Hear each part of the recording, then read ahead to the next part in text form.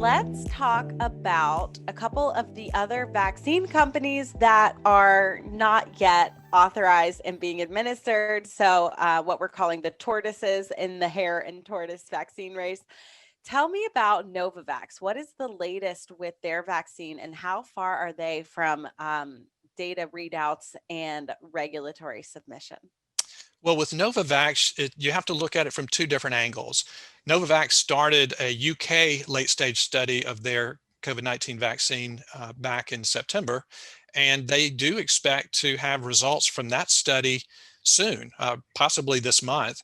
And that could very well lead to at least a UK authorization.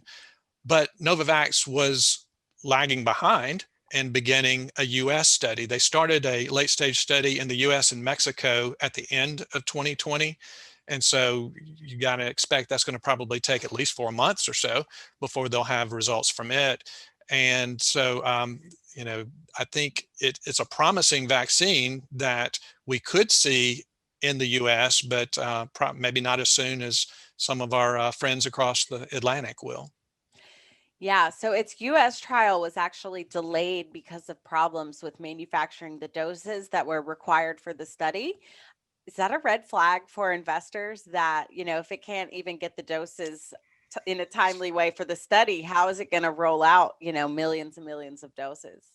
I don't think it's a red flag as such. I think it's certainly a concern, but it's one that Novavax has overcome.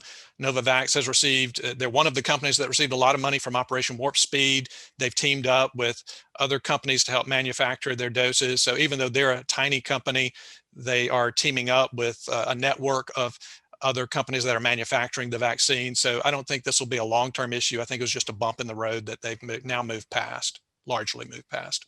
Sure. So another potential hurdle that is not unique to Novavax, but really relevant to any company still trying to enroll participants in their clinical trials. What does it mean when you're trying to enroll participants in a study, but those participants might want to just wait until the vaccine is ready instead of risk getting the placebo? How does that impact these studies? I think that is a very legitimate concern for Novavax and some of the other companies that are not in the front tier of companies that, you have other companies that are close to wrapping up their late stage studies, but that could be a real issue for Novavax. And I think especially in the age groups, older people who are eligible to go get Pfizer's vaccine or Moderna's vaccine. Think about it. If you were in that age group, and you could actually go get a vaccine that's already been authorized, how motivated would you be to go participate in a study with a vaccine that hasn't been proven yet? I think that's going to be a real challenge, and I don't know how they're going to overcome that. I think it's going to present some issues for them. Now, obviously, there'll be people who will want to help because they realize that it's important to help advance the potential for even better vaccines. But this is going to be interesting to watch to see how Novavax and other companies handle this situation.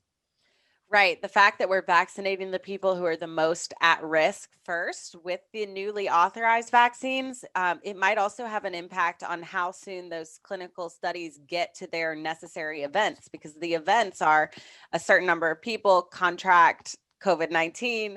If all the grocery store workers and essential workers are getting the actual vaccine, they're the ones who are most at risk and would, you follow my logic here?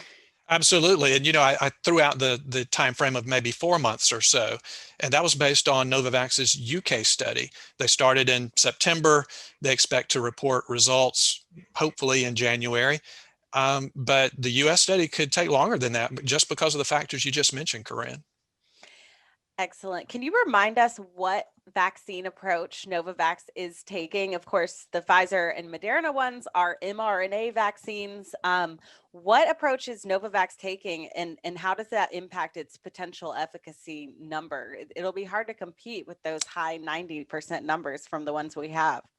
It will be hard to compete, although uh, a lot of experts really have high hopes for Novavax's vaccine. It's a protein subunit vaccine. So basically what that means is it's an interesting approach that Novavax takes, by the way. They get part of the spike protein that occurs on the surface of the coronavirus. And then what they do is they put DNA from that protein into insects and allow the proteins to grow, and then they harvest the proteins from the insects and then form them into what are called nanoparticles that resemble the structure of the coronavirus itself, and then put that into a vaccine that they inject in. And this approach really is expected to create very high levels of antibodies. And so it's expected that Novavax's vaccine will be highly effective. It remains to be seen if it's going to be as effective as that 94% for Moderna or 95% for Pfizer, but it should be quite effective. So I'm going to put a New York Times article into the chat that actually walks through exactly how Novavax's vaccine works. I found it very illuminating. So take a look at that if you are interested. Last question on Novavax. What do you think of Novavax as an investment? What more do investors need to know about its underlying business beyond the COVID-19 vaccine program? Well, Novavax has been in business for quite a while. Their lead candidate before the COVID-19 pandemic hit was a nanoparticle flu vaccine called NanoFlu. And the company reported just outstanding results for NanoFlu in March, I think, of 2020. It was a head-to-head study against Sanofi's market-leading flu vaccine, Fluzone Quadrivalent, and it trounced Fluzone basically. And so there are a lot of opportunity, I think, for Novavax with that flu vaccine. The company is also exploring the opportunity to combine NanoFlu with their COVID vaccine and have a combination flu/COVID-19 vaccine. Now they're looking at something like that for post-pandemic use. So this isn't anything I think we're going to see in 2021, but that would be attractive, I think, if there was a combo vaccine like that. The company, by the way, the market cap is, even though Novavax absolutely skyrocketed last year, it was one of the best performing stocks in the entire stock market last year, but the market cap still only around $7.5 billion.